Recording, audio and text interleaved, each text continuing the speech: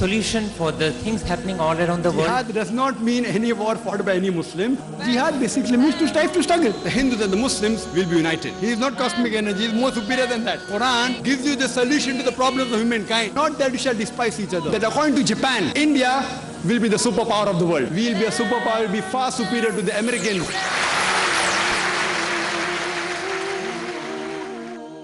Alhamdulillah. Wassalatu wassalam ala rasulillah wa ala alihi wa sahbihi ajmain. Amma ba'd. A'udhu billahi minash shaitanir rajim. Bismillahir rahmanir rahim. Wa man ahsanu qawlan mimman da'a ila Allahi wa amila salihan wa qala innani minal muslimin. Rabbi shrah li sadri wa yassir li amri wa hlul 'uqdatam min lisani yafqahu qawli. I welcome all of you with the Islamic greetings. Assalamu alaikum wa rahmatullahi wa barakatuh. May peace, mercy and blessings of Allah subhanahu wa ta'ala be on all of you. You're most welcome to ask any questions on Islam and comparative religion. Yes, brother. Brother, I'm explaining the Surah Luqman, ayat 31-34 to one of my friends, which is Allah has the knowledge of what is in the So I'm clarifying him that that is not referring to sexes. So one of my friend objected that if the previously Mufassirin made the mistake by writing that it is about sexes, then you are also making a mistake. The talking about it is referring to child, because the ayah tells that Ya'lamu ma fil arham. Nobody knows what is in the womb. So why you think that it is referring to child, first of all? And second, why you think that it is referring to woman's child, not the animal child or the bird child? So you're also making the mistake. That's what he's telling. Well, that's the question that most of the Mufassirin, the commentators of the Quran, when they give the commentary of the verse of Surah Luqman, chapter number 31, verse number 34, Allah has knowledge of 5 things. And one amongst them is that no one besides Allah knows what is in the womb. So most of the Mufassirins, they translated it as no one knows the sex of the child in the mother's womb, which is the wrong translation. What they can mention is in the commentary, but not in the translation. And now after science and technology has advanced, we have come to know that surely, easily, if a mother is pregnant, we can easily come to know after a few weeks what is the sex of the child in the womb of the mother. So what we realize that the previous commentators, not all, most of them, they made a mistake by mentioning that no one besides Allah knows the sex. So the right thing is, no one except Allah knows what is in the womb. So now when people ask us the explanation, we say that no one besides Allah knows what is in the womb of the mother, means how will the child be? Whether he'll be good or bad, whether he'll be a boon for society or bane for society, whether he'll become a good person or a bad person, whether he'll go to Jannah or Jahannam. No one besides Allah knows. So this is the commentary that we give. So someone took an objection from non-Muslim that why are you saying it only referring to a child? It can refer to something else also in the womb. We say possible. Why you say only womb of a human being? Why can't be a womb of an animal? We say no problem. So if we agree with that, we have no problem. See, many a times the verses of the Quran can have 5-6 different meanings. And then later on we come to know that one of them is right or 2 are right or all are right. So similarly, someone tells me that the womb here, if a non-Muslim says, can refer to womb of an animal, we say if you agree, no problem. As long as what is mentioned, it agrees with the statement. If they say fine, it means no one knows what is in the womb of the animal's womb, if they want to put that argument, and say that's not referring to a child, may refer to some other organs or what is the capacity of the blood or whatever, etc. is there. If they want to say that, as long as they agree with it. And a very good example I can give you is the first 2 verses of the Quran to be revealed, of Surah Iqra, chapter number 96, verse number 1 and 2, where Allah says, Iqra bismi rabbika allazi khalaq. Khalaqal insana min alaq. Read, recite in the name of thy Lord who created. Who created the human beings from a congealed clot of blood. The word alaka is there. So most of the previous commentators, they said that alaka means the congealed clot of blood. And human beings have been created from congealed clot of blood. But after science advance, we have come to know that human beings have not been created from the congealed clot of blood. So alaka basically has got 3 meanings. One of the meanings is the congealed clot of blood. The other is something which clings. And the third meaning is a leech-like substance. So today, after science is advanced, when a few of the Arabs took these verses to Professor Keith Moore about 20 years back, when he happened to be the head of the Department of Anatomy in the University of Toronto in Canada, and at that time he was one of the highest authorities in the field of embryology, and said that these three are the meanings, and does the embryo look like the leech or not? So he said, I don't know. He went in his own laboratory, and under a powerful microscope, he observed the early stages of an embryo, that is, of a human child in the initial stages, and compared it with the photograph of a leech, and he was astonished at the striking resemblance. So now we come to know that a leech-like substance is correct. Science, about 20 years back, had said that human beings are not created from blood. This was the old Greek philosophy. So we say, fine, the Mufassirin earlier made a mistake. There are other meanings also. Congealed clot of blood. And the third meaning, besides congealed clot of blood and a leech-like substance, is something which clings. And modern embryology does tell us that the embryo clings to the uterine wall. So the other two meaning is correct, and the first one is wrong. But now, after science has further advanced, we have come to know that the various embryological stages spoken in the Quran in various different places, besides Surah Iqra or Surah Alaq chapter 96, it's spoken in other places also, including Surah Mu'minun, chapter number 23, verse number 12 to 14, where it speaks about alaqa, mudga, izama, a leech-like substance, then a chewed-like lump. So here we come to know that the Quran is speaking about the various stages depending upon the formation, the shape, depending upon the appearance. So here we know that if we take congealed clot of blood as an appearance, we know that in the initial stages, in the embryo, the blood does not circulate and it appears like congealed clot of blood. So initial stages, the embryo does look like a congealed clot of blood.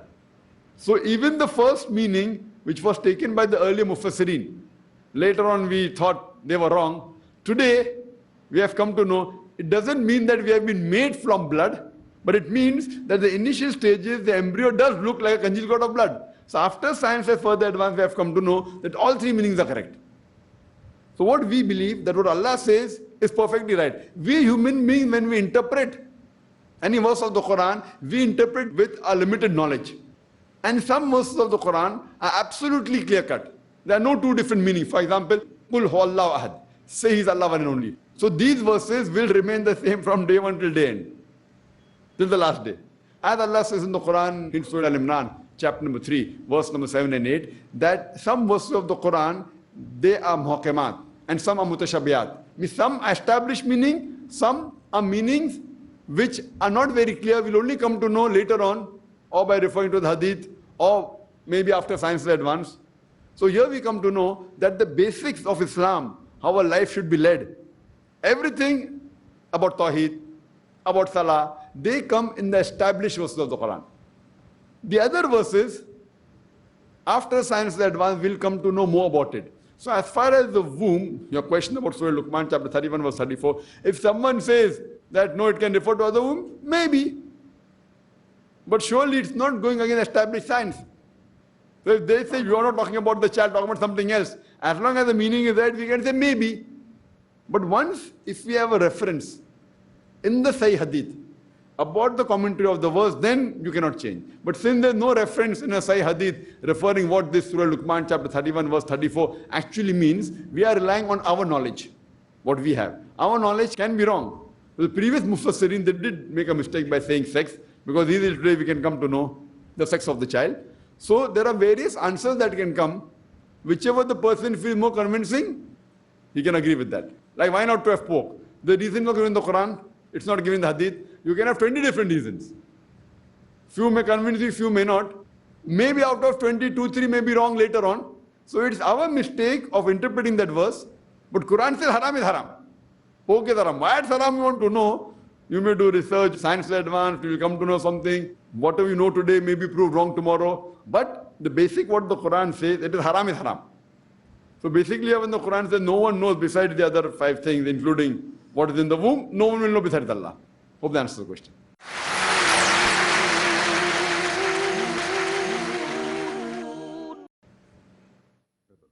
Assalamu alaikum. Most often this question is posed to me by atheists. They say that there are 200 billion galaxies and each galaxy consists of 200 billion stars. They say that God is just a part of this universe. He has not created this universe. They say that they believe in God. but they don't believe that God has created the universe. And sometimes even my mind start wandering and my heart doesn't believe in that. So please say something on this. And my second question is, on the day of judgment, is this whole universe is going to be destroyed? I mean, even the galaxies and stars. The brother has two questions. The first question is that there are many scientists and many people who do believe in God, but they say that Almighty God hasn't created the universe because the universe consists of billions of galaxies. Each galaxy contains billions of stars. Solar system is part of it. So they believe in God, some of the people, he says, but they don't believe that God created. God is a part of the universe. As far as creation of our universe is concerned, it's divided into two types. One is the theory of creation, one is theory of evolution. Two types of systems. And then each system has got various subparts. And those who believe in the theory of evolution, that it came by nature and evolved. And they believe that God has got no role in this. And the other people, they believe there's a creator. You want to call him God, Allah, X, Y, Z, that's fine. But they believe there's a creator. Now you're coming up with a mixture of the two. Your friend, whoever has told, he may not be aware of science, I feel. Because two aspects is there. If you say it is coming by nature, then the existence of God is not required. So either he is this or that, he has the cake or he eats it, he can have and eat it at the same time. Otherwise, he has less knowledge of science. Or maybe he is a novice in the field of religion or science.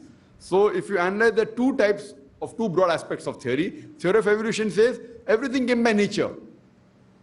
It's there, finished time. And one thing is the theory of creation. Now you are saying that it was there and then God came in. So whenever a person believes in a supernatural power of God, he is ultimate. So when you say God, you can't say he's part of it and he's not responsible for everything. So there's no such a God that I know of, anyone believing that. Demigod, fine. So this person may not be knowing religion or may not be aware of science, but even if you agree with him for sake of argument that Almighty God is part, who created that God is the question again. So if you say no, God is part of it, so there can be more than one God. If I agree with this person, everything is evolving, it was there, universe is there, and there is God as part of it. So I'll ask, who created that God? It came by nature. So why only one God? There can be two gods. He'll say yes. Why two gods? There can be a billion gods. He'll say yes. So again, that God becomes a false God. Like a person who's a hero, many people consider him to be God. A person who cures many diseases, many people consider him God. So such type of God, they have got no problem. So then he falls into the theory of evolution again. That means this God, what he's saying is God, actually not true God. God who can be created, God, there are multiple gods. So this God is not a true God or not the Allah which we Muslims believe in. So we say La ilaha. There is no God. Fine? So again, this person falls in the category of evolution. Do you understand?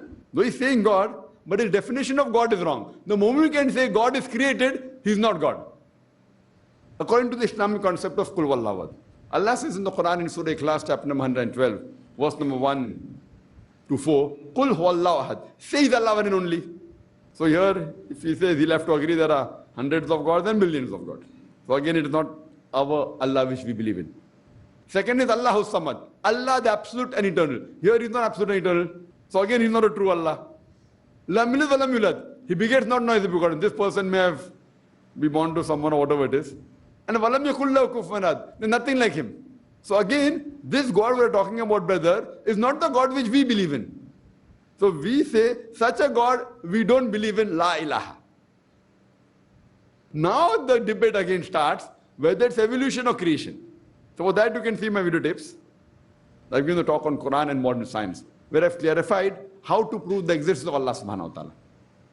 And if you see my video cassette, is the Quran God's word? I have described in detail how can you prove scientifically the existence of Allah subhanahu wa ta'ala. And how can you prove to an atheist the existence of Allah subhanahu wa ta'ala. That's a big talk. So refer to my video cassette, is the Quran God's word? As far as the second part of the question is concerned, that will this creation, the universe, galaxy, will it remain or will it be destroyed? Is the second part of the question. As Allah says in the Quran, in Surah Anbiya chapter number 21, verse number 104, that we have created this creation and we will create another creation. So whatever is there, heaven and the earth, Allah says He'll roll it up. He'll destroy it. There will be a new creation. How we will do it, Allah Alam. Scientists have said black hole and this and that, various theories. Allah alam. Allah says that this creation that is there will be destroyed and He'll create a new creation. How will that be? Allah alam. The next life that is there, the hereafter, there is hell and heaven, Jahannam and Jannah. So if you pass this test, as Allah says in the Quran in Surah Mulk, chapter number 16, verse number 2, Allazi khalaqal mauta wal hayata. Allah has created death and life to test which of you is good in deeds. Now depending upon the test, in the next life there will be a day of judgment. And then if you pass the test or get plus points, you go to Jannah, paradise, or to Jahannam, hell. Hope that answers the question. Do any sisters have any questions? Brother, this is about a person dealing in the sales of furniture. To keep up with the market, he has furniture which is a part of luxury item. So will it be classified into promoting that something which is luxurious and extravagant, or enticing people into buying a thing which is luxurious, and such an income, will it be allowed? Sister asked a very good question, that if someone is dealing with some furniture or for any article per se, which is very luxurious and very expensive, and if he sells such goods, will it be classified as haram income because extravagance is haram? And sister is referring to the verse of the Quran of Surah Isra, chapter number 17, verse number 26-27, which says that do not be extravagant, do not be a spendthrift. For verily, those who are spendthrifts are the brothers of the devil. Sister, what you have to realize here, that what is extravagance for one person is a basic necessity for the second person.